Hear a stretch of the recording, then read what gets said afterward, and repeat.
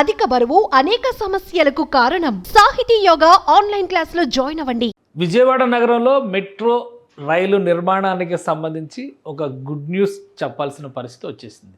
మరొక వారం రోజుల్లోనే విజయవాడ మెట్రో రైలుకి సంబంధించినటువంటి భూసేకరణ ప్రక్రియని చేపట్టేందుకు నోటిఫికేషన్ రిలీజ్ చేసేందుకు ప్రభుత్వం సన్నద్ధమవుతుంది. ఇప్పటికే విజయవాడ మెట్రో రైలుకి అలానే విశాఖపట్నంలో మెట్రో రైలుకి సంబంధించి ఆంధ్రప్రదేశ్ మెట్రో రైల్ కార్పొరేషన్ అనేటువంటి ఒక వ్యవస్థని రాష్ట్ర ప్రభుత్వం ఏర్పాటు చేసింది. అయితే జగన్మోహన్ రెడ్డి ప్రభుత్వ హయాంలో ఈ మెట్రో రైళ్ల పైన పెద్దగా ఆసక్తి చూపించినటువంటి పరిస్థితులు ఉండటం, కేంద్ర ప్రభుత్వం సపోర్ట్ చేసేటువంటి ఈ పథకాన్ని కూడా వినియోగించుకోలేనటువంటి దుస్థితిలోకి ఆంధ్రప్రదేశ్ వెళ్ళింది. కూటమి ప్రభుత్వం ఏర్పడిన తర్వాత మెట్రో రైలు పథకాన్ని చాలా వేగవంతం చేసింది. ఈ ప్రణాళికల్ని మరొకసారి ముందుకు తీసుకెళ్లే ప్రయత్నం చేసింది.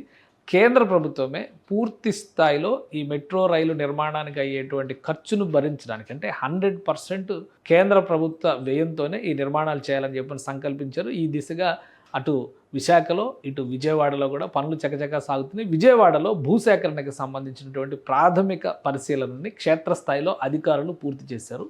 విజయవాడలో కానీ విశాఖలో కానీ మెట్రో రైలు నిర్మాణానికి ప్రధానమైనటువంటి అంశం ఏంటంటే ప్రత్యేకమైనటువంటి భూసేకరణ ఎక్కువ చేయడానికి అవకాశం లేదు. మొత్తం మీద 100 ఎకరాల లోపే 2 చోట్ల కూడా భూసేకరణ చేయాల్సినటువంటి పరిస్థితి ఉంది. అది కూడా మెట్రోకి సంబంధించినటువంటి గూడ్స్ లేదా వ్యవస్థల నిర్మాణానికి, అంటే కోచ్ వ్యాగన్స్ని రన్ చేసేటువంటి స్టేషన్ వ్యవస్థల నిర్మాణానికి మాత్రమే భూసేకరణ ఎక్కువ చేయాల్సి ఉంటుంది. దీనికి సంబంధించి విజయవాడలో 67 ఎకరాల వరకు, అది కూడా విజయవాడ అంటే ఇప్పుడు ఉమ్మడి కృష్ణా జిల్లా పరిధిగా చూస్తే ఒకలా ఉంటుంది. ఎన్టీఆర్ జిల్లా కృష్ణా జిల్లాగా విడిపోయినటువంటి నేపథ్యంలో కృష్ణా జిల్లా పరిధిలోనే ఎక్కువ సేకరణ జరగాల్సినటువంటి పరిస్థితి ఉంది. ఈ క్రమంలోనే అధికారులు మొత్తం ఆయా ప్రాంతాలను పరిశీలించి భూసేకరణ ఏ మేరకు చేయాలి, ఎప్పటిలాగా నోటిఫికేషన్ ఇవ్వాలి, అనువైనటువంటి ప్రైవేటు స్థలాలపైన కూడా ఒక అధ్యయనం పరిశీలన జరిపినట్టుగా సమాచారం ఉంది. అందుకే వారం రోజుల్లో నోటిఫికేషన్ రిలీజ్ చేసేందుకు రాష్ట్ర ప్రభుత్వం కసరత్తు చేస్తున్నట్టుగా కూడా సమాచారం వస్తుంది. అసలు విజయవాడ మెట్రో రైలుకి సంబంధించినటువంటి పూర్వాపరాలను విశ్లేషించే ప్రయత్నం చేద్దాం. మెట్రో రైలు విజయవాడ చరిత్ర అందరికీ తెలిసిందే.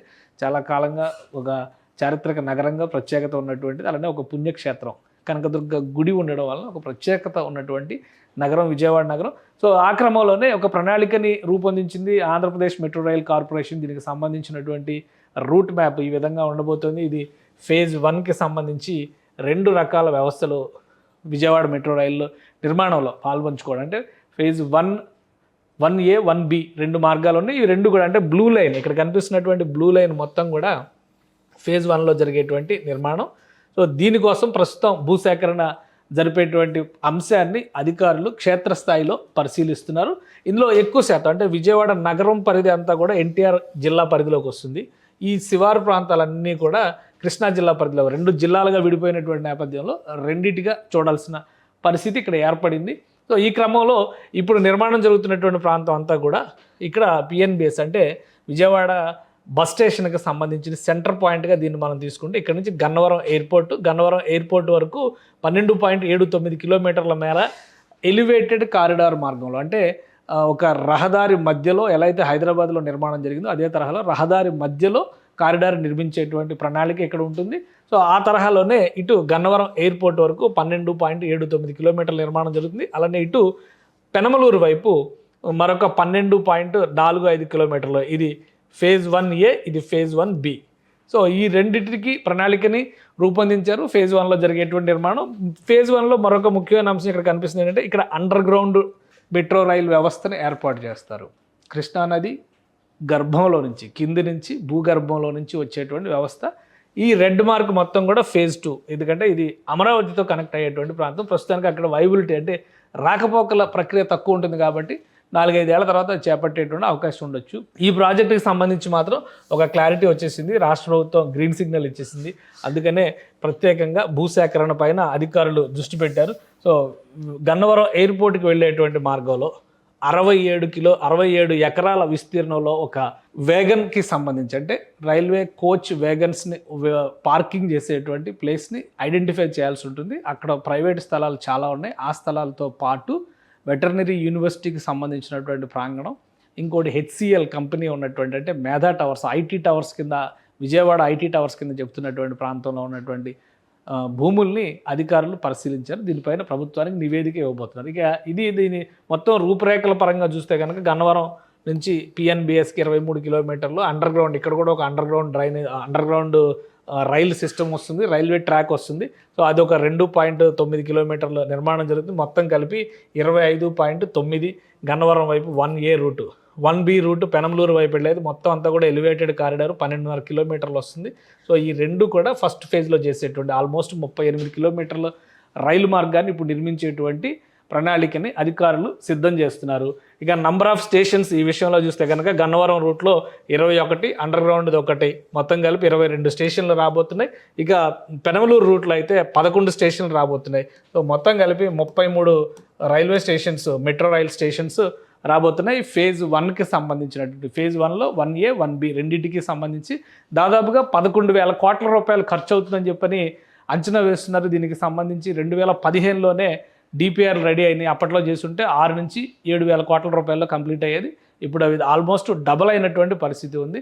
సో భూసేకరణకు అయ్యేటువంటి వ్యయాన్ని మాత్రం రాష్ట్ర ప్రభుత్వం భరించాల్సి ఉంటుంది. భూసేకరణ చేసి ఆ భూములన్నింటినీ కూడా మెట్రో రైల్ కార్పొరేషన్ ద్వారా కేంద్ర ప్రభుత్వ పర్యవేక్షణ ద్వారా ఒక స్పెషల్ పర్పస్ వెహికల్ తరహాలో, ఎందుకంటే కేంద్రమే మొత్తం నిధులన్నీ కూడా భరిస్తుంది కాబట్టి నిర్మాణ ప్రక్రియను మొదలుపెట్టేటువంటి అవకాశం ఉంటుంది. అంటే మొత్తం మీద ఇక్కడ ఆంధ్రప్రదేశ్లో కీలకమైనటువంటి నగరమైనటువంటి విజయవాడలో భూసేకరణకి సంబంధించి దాదాపు 80 ఎకరాల వరకు భూములు సేకరించాల్సినటువంటి అవసరం ఉందని చెప్పి అంచనా వేస్తున్నారు. అందులో కేవలం ఈ కోచ్ వ్యాగన్ పార్కింగ్ స్పేస్ కోసమే 67 ఎకరాల వరకు భూమిని ఉపయోగించాల్సి ఉంటుంది. ఈ మార్గంలో ప్రభుత్వ పరంగా వస్తున్నటువంటి భూములు, అంటే కేంద్ర ప్రభుత్వ భూములు కానీ, రాష్ట్ర ప్రభుత్వ భూములు కానీ, అలానే ఎయిర్పోర్ట్స్ అథారిటీ కంట్రోల్లో ఉన్నటువంటి భూములు కానీ దాదాపు ఒక 6 ఎకరాల వరకు ప్రభుత్వ పరిధిలో ఉన్నటువంటి భూములే ఉన్నాయి. మిగతా భూములన్నీ కూడా సేకరించాల్సినటువంటి పరిస్థితి ఉంది. ఈ సేకరణకు అయ్యేటువంటి వ్యయాన్ని రాష్ట్ర ప్రభుత్వం భరించడానికి సిద్ధంగా ఉంది కాబట్టి క్షేత్రస్థాయిలో అధికారులతో పరిశీలన జరిపారు. వారం రోజుల్లో దీనికి సంబంధించినటువంటి విధి విధానాలన్నింటినీ కూడా డిసైడ్ చేసి ల్యాండ్ ప్రొక్యూర్మెంట్కి సంబంధించి నోటిఫికేషన్ రిలీజ్ చేసే అవకాశం ఉంది. అంటే ల్యాండ్ ప్రొక్యూర్మెంట్ నోటిఫికేషన్ రిలీజ్ చేసిన తర్వాత ఎవరైనా అభ్యంతరాలు ఉంటే సదరు అధికారులకి దృష్టికి తీసుకురావాల్సి ఉంటుంది. పరిశీలనల తర్వాత అది క్లియరెన్స్ అయిపోయిందంటే కనుక ల్యాండ్ మొత్తం కూడా మార్కింగ్ చేసి రాష్ట్ర ప్రభుత్వం తన అధీనంలోకి తీసుకుంటుంది. అంటే ఆంధ్రప్రదేశ్ మెట్రో రైల్ కార్పొరేషన్ అధీనంలోకి వస్తుంది. ఆ తర్వాత రూట్ మ్యాపింగ్ జరుగుతుంది. ఎక్కడికక్కడ పెగ్ మార్కింగ్ అనేది చేస్తారు. ఏ మార్గంలో రూట్ వెళ్తుంది, ఎక్కడెక్కడ స్టేషన్లు వస్తాయి. ఆల్రెడీ స్టేషన్ల జాబితాను కూడా అప్పట్లోనే డిపిఆర్ రూపొందించినటువంటి సమయంలోనే ఆంధ్రప్రదేశ్ మెట్రో రైల్ కార్పొరేషన్ వీటికి సంబంధించినటువంటి జాబితాను కూడా రెడీ చేసింది.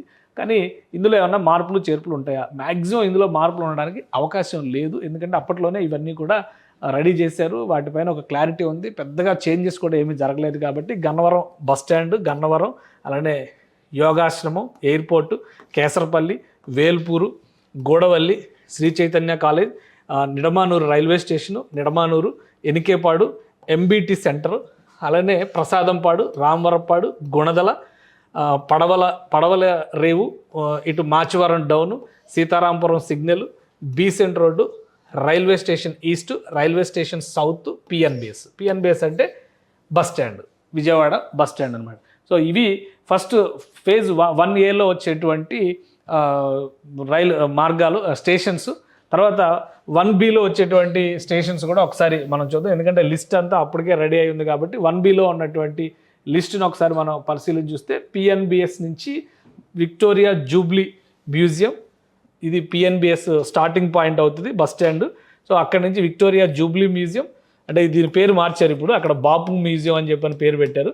సో బాపు మ్యూజియం దగ్గర నుంచి ఒకటి ఇది municipal stadium, Tikkle road, Benz circle, Autonagar, Ashok Nagar, Krishnanagar, ఇంకా ఫైనల్గా కానూరు సెంటర్ వరకు. ఇది ఫేజ్ 1కి సంబంధించి బి లైన్ అనమాట. పెనమలూరు రూట్ అంటారు కదా, అక్కడ వరకు వెళ్ళేటువంటి మార్గం ఇది. కానూరు సెంటర్ తర్వాత తాడిగడప, పోరంకి, పెనమలూరు. సో మొత్తం ఇదంతా కూడా 1Bకి సంబంధించినటువంటి రూటు. ఇది సెకండ్ ఫేజ్కి సంబంధించినటువంటి రైల్వే స్టేషన్స్. ఇంకా సెకండ్ ఫేజ్కి సంబంధించి క్లారిటీ రావడానికి కొంత సమయం పడుతుంది కాబట్టి ఫేజ్ 1A 1B ఈ రెండింటికి సంబంధించి అయితే చాలా క్లియర్గా ఆంధ్రప్రదేశ్ మెట్రో రైల్ కార్పొరేషన్ అన్ని కూడా వివరాలన్నింటినీ కూడా మెన్షన్ చేసింది.